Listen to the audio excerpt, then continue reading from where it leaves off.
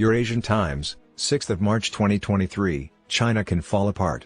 The US Navy in Kherson, Ukraine, in the Western Pacific, did the same thing to Russia.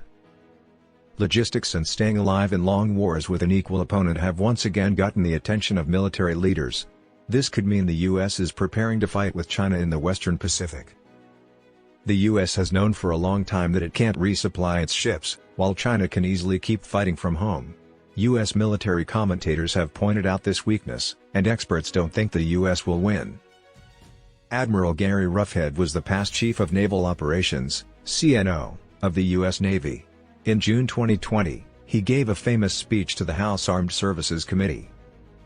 Roughhead was quoting a People's Liberation Army Navy (PLAN) admiral who had told him that the USN's logistics ships were a top target for the Chinese because if he can take out logistics, he takes out the lifeblood of the fighting ships. The tweet by Ancient Subhunter, @AncientSubhunt, a former USN anti-submarine warfare (ASW) expert who served on the USS Nimitz and USS Theodore Roosevelt, started a debate. Other names in the thread questioned whether Roughhead's warning was new. They said that what Roughhead said wasn't new and that the Chinese, or any other enemy, would do the same thing. But the talk that followed in the tweets thread showed that the worry wasn't about what the Chinese might do uniquely but about a persistent problem that could lead to a vast US loss in Far East Asia. Distance makes logistics a problem for the US military in the Western Pacific. The tyranny of distance describes the Western Pacific, where the operational areas of the East and South China Seas and the first and second island chains are very far apart.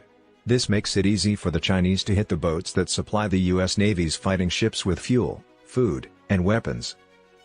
Several studies in Eurasian Times have touched on this subject.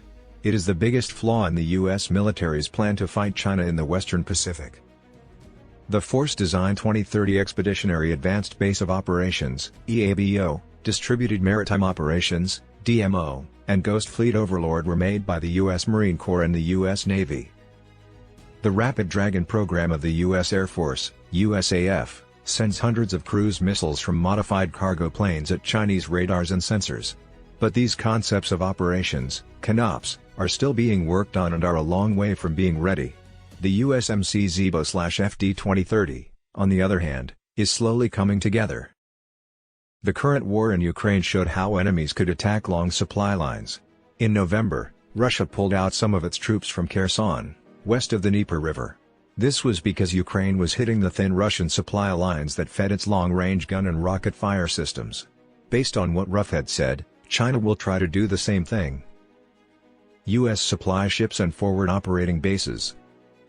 Commodore Venugopal Vengalal, Ret., talked to Eurasian Times about how things work out on the high seas. He said that since fuel is essential for naval combatants, most armies don't let it go below 25% of the total capacity, even when calm.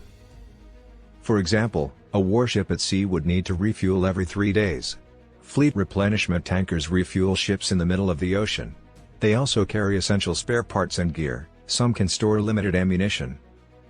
So, the plan would go after the USN's Henry J. Kaiser-class fleet replenishment ships when resupplying their Arleigh Burke-class destroyers out at sea.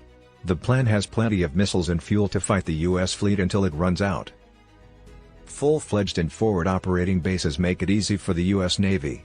For example, the US Navy has such bases in Singapore, Yokosuka, Japan, Guam, Diego Garcia, and their mainstay, a supply hub in Singapore.